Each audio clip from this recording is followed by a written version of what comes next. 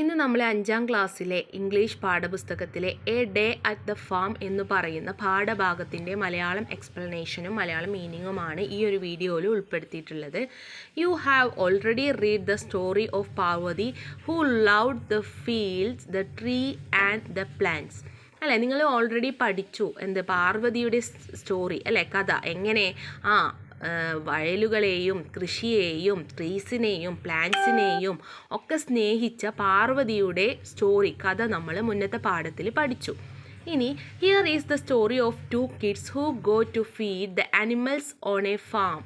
അല്ല, ഇനി ഇവിടെ പഠിക്കാൻ പോകുന്നത് 2 കുട്ടികളുടെ കഥയാണ്. എന്താണ്, ആ കുട്ടികൾ എങ്ങോട്ടാണ് പോകുന്നത്? ഫാമിലുള്ള അനിമൽസിനെ ഭക്ഷണം കൊടുക്കാൻ വേണ്ടി പോകുന്ന 2 കുട്ടികളുടെ കഥയാണ്. എന്താണ് സംഭവിക്കുന്നത് എന്ന് നമുക്ക് നോക്കാം. Let's see what happens. A day at the farm. ഫാമിലെ ഒരു ദിവസം അല്ലേ.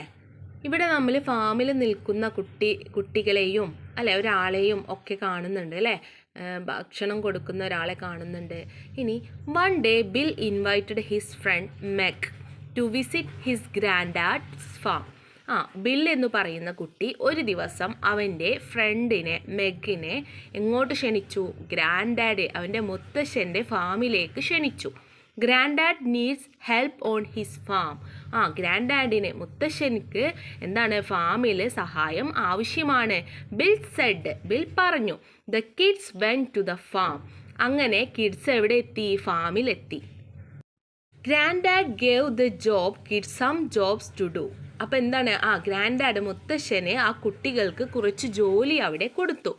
Please peel the ears of corn and then help me sow the seeds he said. എന്താണ് മുത്തശ്ശൻ പറഞ്ഞത്?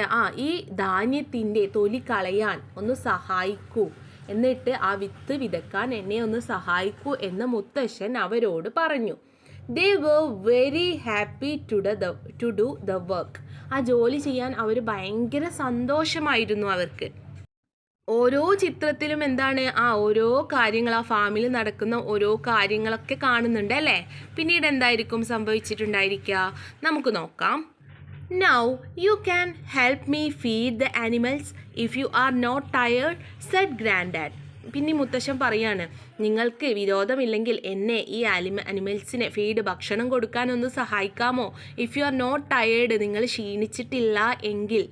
No we are not tired. ഞങ്ങൾ ടയേർഡല്ല, ഞങ്ങൾ ക്ഷീണിച്ചിട്ടില്ല. വി ഷാൾ ഹെൽപ്പ് യു, ഞങ്ങൾ തീർച്ചയായും നിങ്ങളെ സഹായിക്കാം. The kids said with the great enthusiasm. അങ്ങനെ അവരെന്ത് ചെയ്തു? അവർ ഭയങ്കര ആകാംക്ഷയോടെയും വളരെ താല്പര്യത്തോടെയും ആ കുട്ടികൾ പറഞ്ഞു.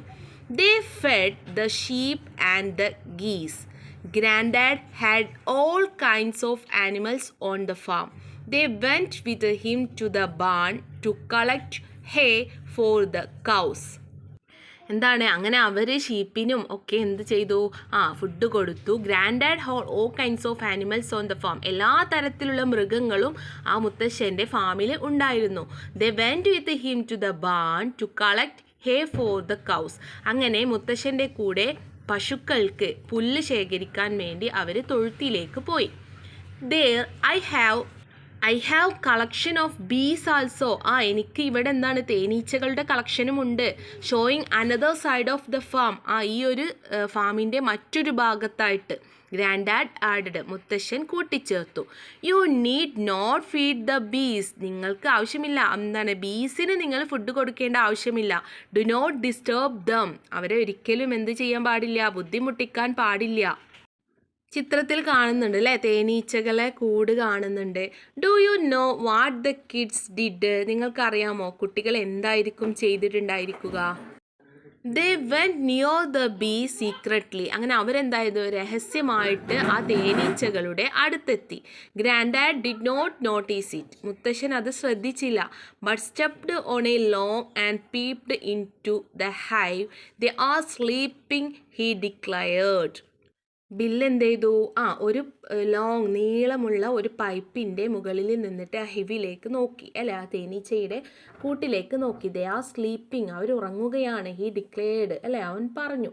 But they were not actually sleeping. പക്ഷേ യഥാർത്ഥത്തിൽ എന്താണ്, അവർ ഉറങ്ങുകയല്ല. Bill felt off the log, ആ മരത്തടിയിൽ നിന്നും അവൻ എന്ത് ചെയ്തു, കാല് തെന്നി വീണു അല്ലേ.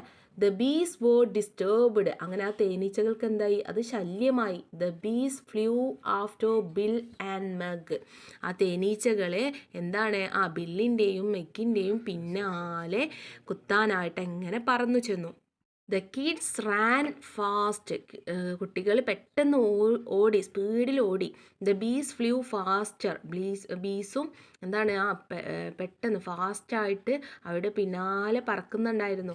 ദേ കെയിം നിയർ ദ കിഡ്സ്, അവർ കുട്ടികളുടെ അടുത്തെത്താനായി. ഹൗ കുഡ് ദേ എസ്കേപ്പ്, എങ്ങനെയാണ് രക്ഷപ്പെടുക. എ സ്ട്രീം, അവിടെ ഒരു കുളമുണ്ടായിരുന്നു. ജമ്പ് ഇൻ ടു ഇറ്റ്, ആ കുളത്തിലേക്ക്, പുഴയിലേക്ക് ചാടൂ.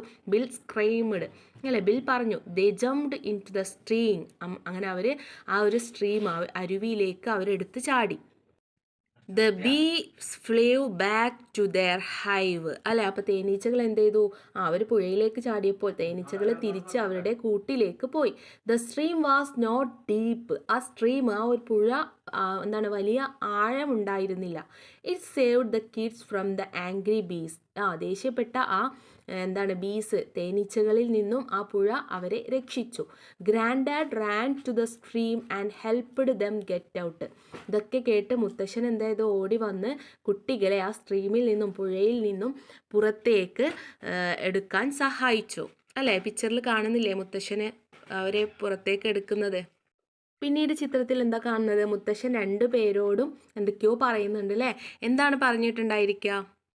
ഗ്രാൻഡാഡ് സെഡ്, മുത്തശ്ശൻ പറഞ്ഞു, you can feed the animals and help them, നിങ്ങൾക്ക് അനിമൽസിന് ഭക്ഷണം കൊടുക്കാം, അവരെ സഹായിക്കാം, പക്ഷേ but do not disturb them, പക്ഷേ അവരെ ശല്യപ്പെടുത്തരുത്.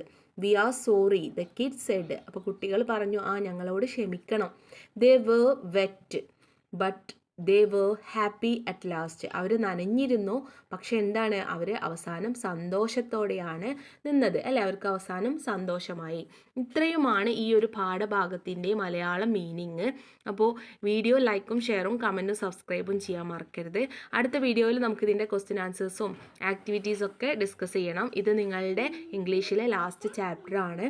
അപ്പോൾ എല്ലാവർക്കും ഓൾ ദ ബെസ്റ്റ്, ബൈ.